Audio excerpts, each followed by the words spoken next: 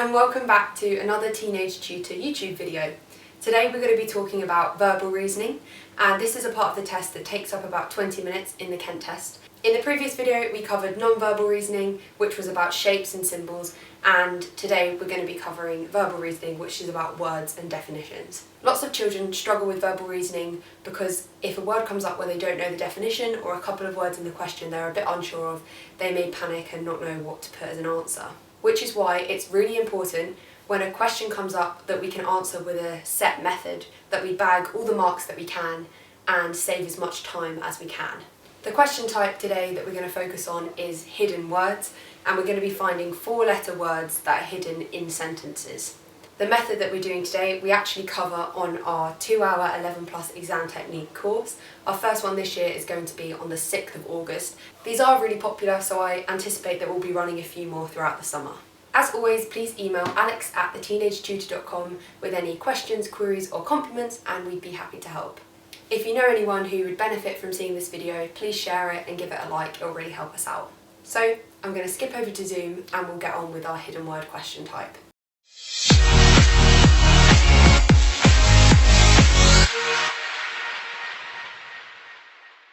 Okay, so this is an example of the question type I was talking about. So we've got in the sentences below, a 4-letter word is hidden at the end of one word and at the beginning of the next word. Find the word that is hidden. In order to answer these questions, we need to be using a method, a set method that we use every time this question comes up, and it will always give us the right answer if we use it correctly. And this method is described as systematic, meaning that it is done or acting according to a fixed plan or system.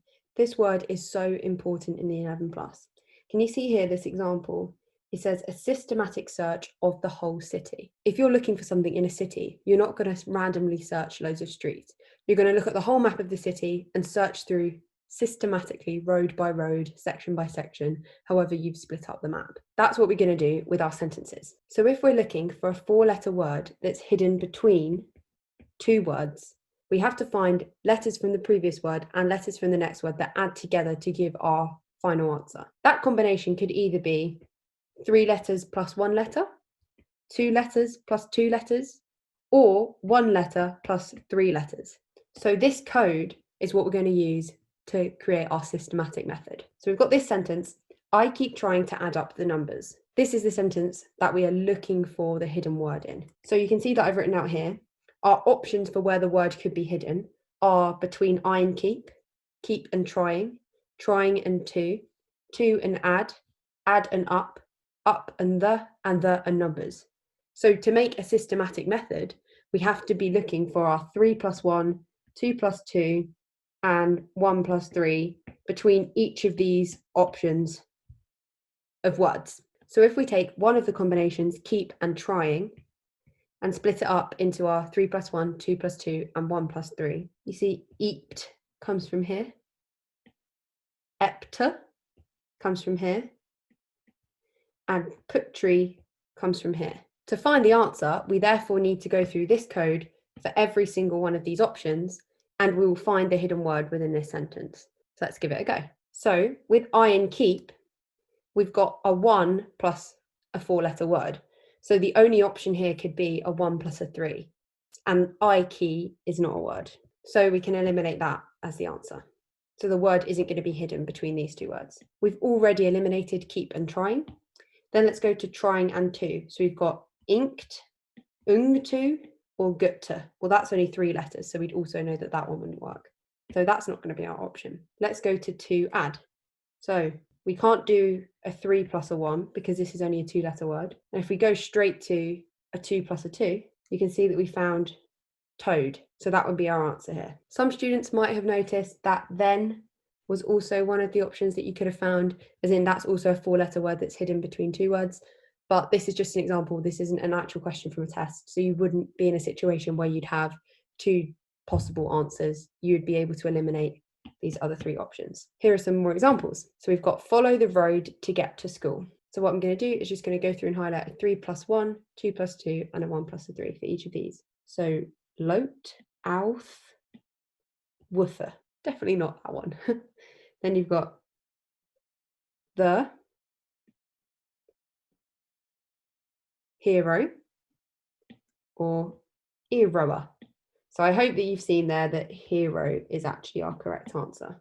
And that's what we would mark on our answer sheet. This is a real time-saving technique because we could have had to go all the way through the sentence, but because we've already found our answer, we don't have to go any further. Okay, so here's another example. I grew up near London Bridge.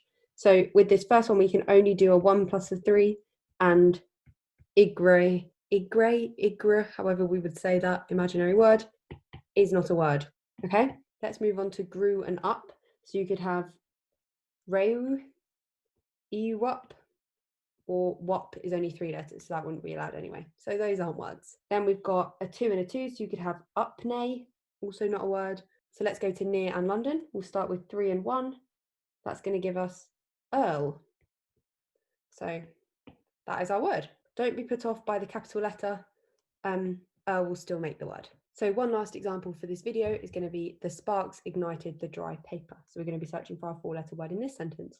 So we've got des, hesp, ispa. No, that's not our words. Rooksy, ig, or sign. So I hope you can see that that would be our word. And on the answer sheet, you would mark that it was hidden between sparks and ignited. So just to summarize the lesson today, the key takeaways on what we've worked on are that we've learned how to use systematic methods and what they are. We've learned why working systematically is really important for the 11 plus and especially in verbal reasoning.